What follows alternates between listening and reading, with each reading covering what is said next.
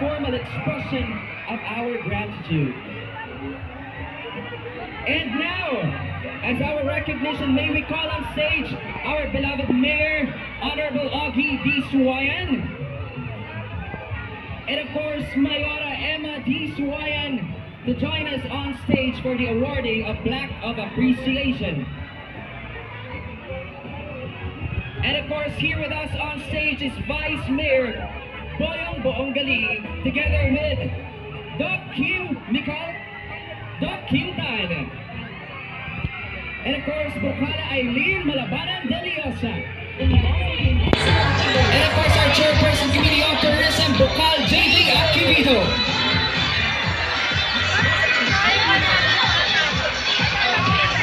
And of course, right now we will start this recognition from the beloved University of Maria Atisa Manalo, from Manuela Silberga University Foundation, Candelaria Incorporated. And to award this, may we call on stage Dr.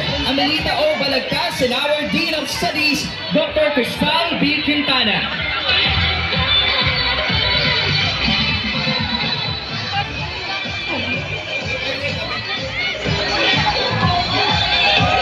Good afternoon, everyone. We are very happy and proud that one of our alumna has made it this far, and we're so happy and proud of her achievements. That's why we are awarding this plaque of recognition to Miss Maria Atisa Manalo for achieving the title Miss Universe Philippines 2025 and Miss Universe 2025 third runner-up. Your exemplary achievements and dedication have made you a role model for our students and a proud alumna of our institution. Your success inspires us all to strive for excellence. Presented to you with great admiration and respect, signed yours truly, Dean of Studies, Dr. Benilda N. Villenas, our Vice President for Academics, Naila Evangelista, President, and Silberga University Foundation, Candelaria Incorporated. And up next is our recognition from our Sangguniang Bayan, headed by Vice Mayor Boyong Boonggali. Let me read the resolution number 0184-2025 entitled Recognizing and Honoring Maria Atisa Manalo, Miss Universe 2025 third runner-up, for her outstanding performance and for bringing dignity and pride to the people of Candelaria, Quezon from her beloved hometown. Whereas Miss Maria Atisa Manalo, a proud daughter of Candelaria, Quezon, represented the Philippines in the Miss Universe 2025 pageant and earned the prestigious title of third runner-up on November 21st, 2025. Whereas her outstanding performance in an international competition has brought immense honor, recognition, and inspiration to the municipality of Candelaria, province of Quezon, making her a symbol of hope, empowerment, and achievement for the youth and the community. Now, therefore, on motion of Municipal Councilor Eileen Malabanan de Liosa, unanimously seconded, and to resolve finally that this resolution be presented to Ms. Atisa Manalo for her information and reference. Pangalan po ng Pamahalang Bayan ng Candelaria, ang ating pong pagbati, siyempre, at pagpatanggap sa ating minamahal na kababayan, our Miss Universe third runner-up, Maria Atisa Manalo. Congratulations, at mahal na mahal ka ng bayan ng Candelaria at ganun din ng lalawigan ng Quezon. At thank you sa ating minamahal na Governor, Dr. Helen Tan, at syempre sa kanya pong representative, our Vice Governor OIC, ano po, Doc Kim Tan, at ang ating pong mga bukal na nandito. Welcome home, Atisa Manalo. Yun. Thank you very much, our beloved Mayor, Mayor Augie D. Suwayan. And we are awarding this plaque of recognition to Miss Maria Atisa Manalo. Lecturing the Citation Republic of the Philippines, Province of Quezon, Municipality of Candelaria awards this plaque of recognition to Maria Atisa Manalo for her outstanding achievement and exemplary representation of the George D. Suwayan.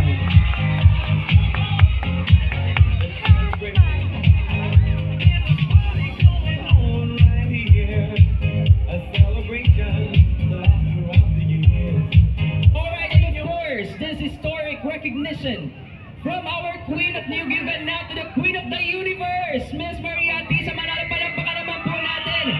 And this award is from our Sangguniang Panlalawigan, Republic of the Philippines, Province of Quezon, the Sena City, the Office of the Sangguniang Panlalawigan, Provincial Resolution number 2025-1215, a resolution honoring and commending Miss Maria Atisa Manalo for her exemplary representation of the Philippines and her third runner-up finish in Miss Universe 2025.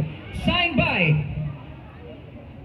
be it resolved further to send a copy of this resolution to Miss Maria Atisa Manalo for her information. And be it resolved as the Sangguniang Panlalawigan hereby resolves to express its heartfelt congratulations and commendation to Miss Maria Atisa Manalo for her exemplary representation of the Philippines and her remarkable walk as third runner-up in Miss Universe 2025. Signed by the Acting Vice Governor and Temporary Presiding Officer, Dr. Keith Mikal D. L. Tan. Once again, let's give this resolution and award to Miss Maria Atisa Manalo. And of course, to give us his warm message and greetings in behalf of Dr. Helen Tan, here is our very own Doc Kim Tan.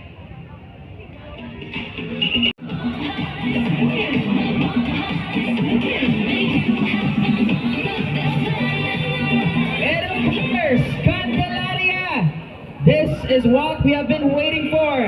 Are you excited to hear the message from our very own Miss Universe? So, let us all welcome our Miss Universe 2025 third runner-up, Miss Maria Atisa Manalo!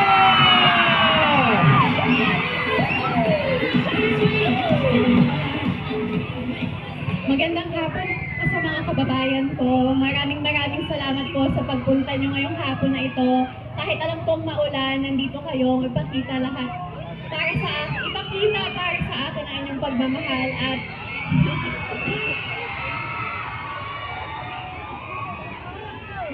buong laban ko po, ipinagmamalaki ko na taga-Candelaria ako at taga-Candelaria. At masalukot ulo daw po. Sa buong laban ko po, i-make sure ko po na ginagawa ko yung best ko para po maging proud ang mga taga-Candelaria at maging proud ang mga taga-Quezon. Maraming salamat po sa suporta nyo at patuloy na pagmamahal. Thank you po. Once again, Candelaria, our Miss Universe Philippines 2025 and Miss Universe 2025 third runner-up, Maria Atisa Manalo!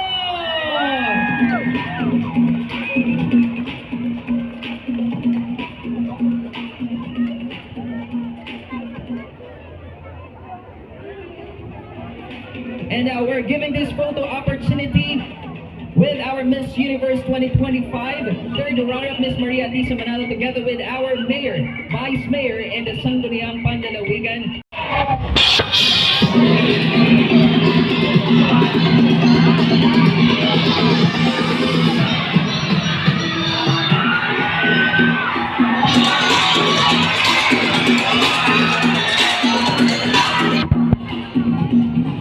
Ayan, paraanin po natin si Miss Atisa.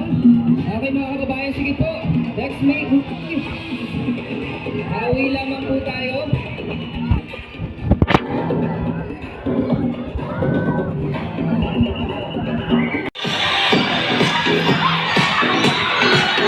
Once again po, Candelaria, let's make way para po sa Miss Universe. Alright, and we will take our pictures.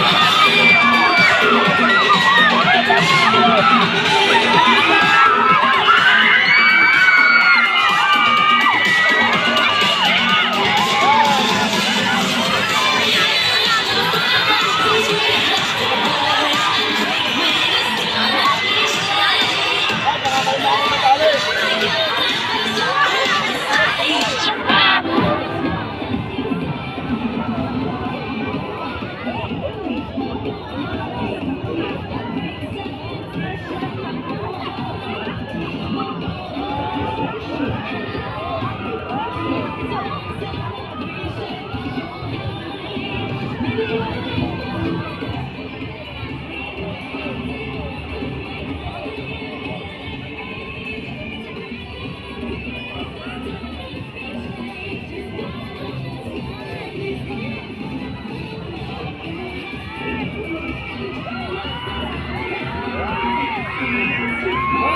Candelaria, she's now taking her ground best seed. Once again, our Miss Universe Philippines 2025 and our Miss Universe 2025 third runner-up.